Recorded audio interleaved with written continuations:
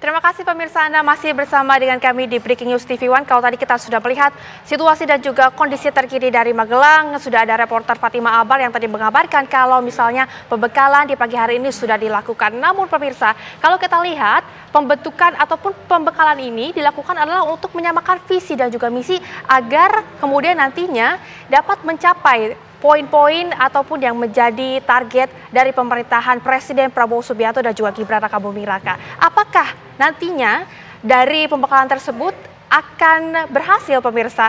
Rasa-rasanya kita harus berbincang bersama dengan narasumber yang luar biasa di pagi hari ini yang sudah bergabung bersama dengan kami. Ada Bapak Nyarwi Ahmad selaku pengamat komunikasi politik dari Universitas UGM ya Pak ya. Selamat pagi Pak. Pagi Rey. Nah Bapak ini kan kalau dilihat ya Pak Nyarwi, ini pertama kali dilakukan di Indonesia, pembekalan ini. Dari pandangan Bapak seperti apa, Pak? Ya, saya kira Pak Prabowo ini, kalau orang dulu mengatakan itu istilah melakukan profesionalisasi ya, di dalam mengelola pemerintahannya. Beberapa kali disampaikan ya, termasuk oleh kantor komunikasi kepresidenan juga, dan juga oleh Pak Prabowo sendiri saya kira, itu soal bagaimana menyamakan visi misi. Sebenarnya kalau visi misi saya kira secara tekstual sering disampaikan Pak Prabowo. Pertanyaannya itu pertama dipahami, kedua dirasakan, dan bahkan kemudian masuk dalam mentalitas atau spirit dari kabinet ini. Nah ini kan butuh tahapan-tahapan. Nah, kalau kita simak kan tahapannya sudah dilakukan ya, misalnya dari audisi misalnya, itu kan sudah ditanya, diajak ngobrol gitu ya, ketemu, kemudian juga pembekalan di Hambalang. Di Hambalang itu kan materi-materi yang sifatnya mungkin boleh dikatakan lebih dominan di knowledge, pengetahuan gitu ya. Bukan berarti para menteri ini tidak tahu, tidak, tetapi kalau dalam sebuah leadership gitu ya, apakah map yang dibaca, map yang dilihat itu sama enggak? Itu dulu. Yang kedua peta yang dilihat sama enggak? Yang kedua peta yang sama ini dibaca dengan cara yang sama enggak kan gitu. Jadi saya kira memasukkan visi misi itu, memahamkan visi misi Pak Prabowo Gibran ini itu kan bertahap ya, dan kemudian setelah itu saya kira apa yang dilakukan di Magelang ini itu kan bagian dari pembentukan karakter juga ya.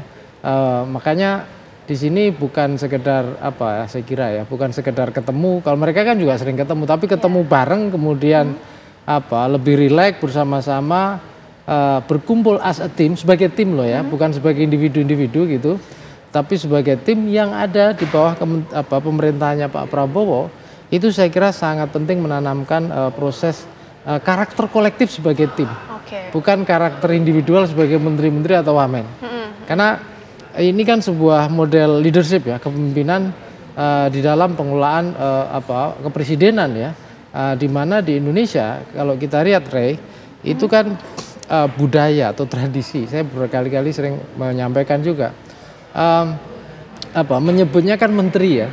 Di beberapa negara yang sistem pemerintahan presidensial itu sekretari misalnya di bidang transportasi, kalau di Amerika gitu ya.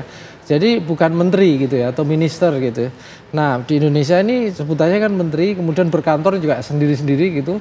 Nah makanya seringkali karena apalagi misalnya dipayungi undang-undang yang sendiri-sendiri kadangkala, nah itu seringkali seakan-akan itu ada budaya tersendiri dalam kementerian masing-masing. Dan ini kan kalau arahnya melenceng itu seperti ada kerajaan di dalam kerajaan, kalau dalam ada negara di dalam negara kalau bahasa ini ya. Nah ini memiliki ego masing-masing gitu ya Pak ya. Kalau bahasa birokrasi sering disebut ego sektoral, tetapi sesungguhnya ini kan upaya Pak Prabowo saya lihat untuk menyatukan bahwa ini ada dalam satu culture, satu budaya, satu visi, bukan hanya visi sebenarnya, tapi cara kerja, model kerja. Dan ini juga saya kira beberapa hal yang tadi misalnya potensi ego sektoral itu nanti saya kira bisa direduksi gitu ya.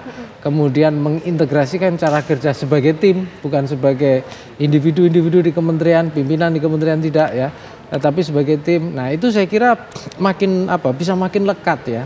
Karena kalau pengalaman bersama gitu ya, apalagi bareng outbound begini gitu ya, tidur di tenda, berinteraksi tanpa ajudan, tanpa pengawal misalnya, itu kan lebih natural, lebih humanis gitu ya, lebih mengenal satu sama lain ya.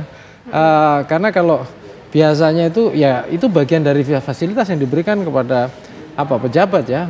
Mereka misalnya kan ada aturan-aturan memang, tetapi kadangkala itu semua kan menjadi ada jarak gitu. Padahal kalau mereka sebagai individu dan sebagai tim ya, ini kan seperti bekerja dalam menyamakan pola kerja dan budaya dan tadi saya bilang supaya makin tajam nih membaca peta, melihat peta, memahami peta, bahkan berjalan dalam peta yang digambarkan Pak Prabowo itu. Oke, di dalam tadi visi misinya. Anda kemudian ini ada yang menarik nih, karena tadi Bapak mengungkapkan kalau menyamakan perspektif masing-masing gitu ya Pak, agar berjalan bersama begitu. Ya. Tapi Pak, apakah perlu dilakukan secara basic militer seperti ini Pak? Ya, ini pertanyaan menarik karena ada beberapa kan kalau kita simak di netizen, di komunitas itu kan sering ya dibahas ya. Ya. Oh, ini kok era militerisasi lagi kan gitu. Rasa-rasanya kita seperti melihat di Orde Baru begitu ya. Jangan-jangan ini kembalinya Orde Baru, kan orang akan berpikir begitu. Kalau saya sendiri ya, soal militeristik dan seterusnya itu kan mindset ya. Pertanyaan sederhana, negara mana di berbagai belahan dunia ini yang negara modern itu nggak butuh militer? Butuh, gitu loh. Apakah di dalam tradisi pendidikan militer itu istilahnya tidak ada yang bisa kita adopsi dalam mengelola demokrasi? Ada, contohnya leadership, kan gitu. Nah, pertanyaannya kan sejauh bahwa itu tidak menggoyang dan merusak atau katakanlah mengganti ya budaya dan sistem demokrasi, kan tidak ada masalah sebenarnya. Ini kan hal yang biasa ya menurut saya. Tetapi balik lagi tentu mengelola institusi demokrasi ya, institusi kalau kita bicara institusi politik, pemerintahan, parlemen dan seterusnya itu kan institusi demokrasi. Itu ya beda dengan institusi militer. Kalau militer kan memang komando. Iya. Tadi di beberapa kali kesempatan Pak Prabowo saya lihat kan menyampaikan ini bukan ospek.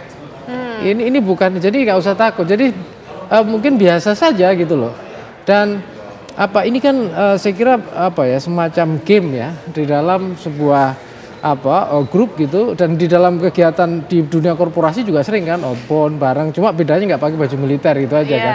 Mungkin karena ini di Akmil aja menyesuaikan baju militer kira-kira gitu. Tetapi saya kira budaya bersama gitu ya, berlatih, kemudian beraktivitas lah secara fisik bareng-bareng gitu.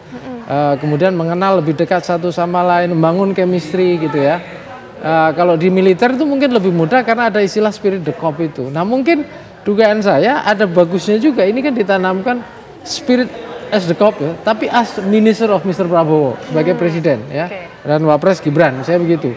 Jadi menteri-menteri ini memang perlu gitu loh, memiliki semangat itu, karena beberapa kali kalau kita lihat ketika Pak Prabowo diangkat sumpah janji, itu kan ditekankan kan bagaimana pentingnya misalnya sebuah jabatan itu kan dari rakyat, dan ini konsep demokrasi sungguhnya kan, jabatan itu dari rakyat, orang menjabat kan dari atas restu atau atas dukungan dari rakyat. Nah, kemudian outcome-nya ya itu memberikan pelayanan yang terbaik kan kepada rakyat. Jadi bukan misalnya bahkan ditekankan ya, bukan untuk kepentingan keluarga, bukan kerabat, bukan ini kan gitu.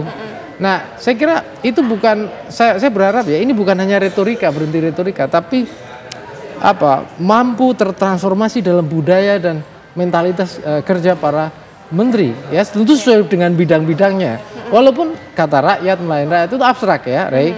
Nah, tetapi kemudian kan ini yang saya kira perlu diimplementasikan secara empirik, indikatornya ya.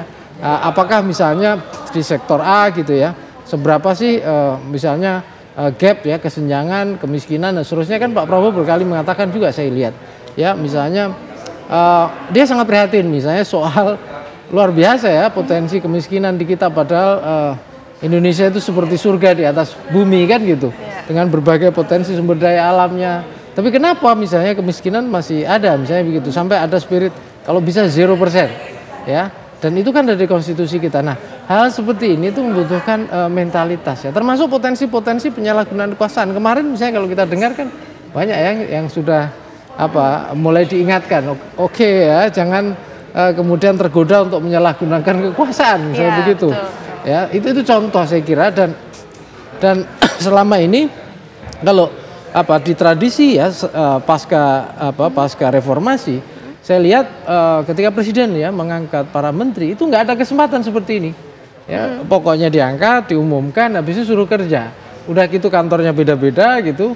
Kadang-kala dalam kantor atau kementerian tuh visinya ada sendiri-sendiri. Nah ini kan visi misinya visi presiden.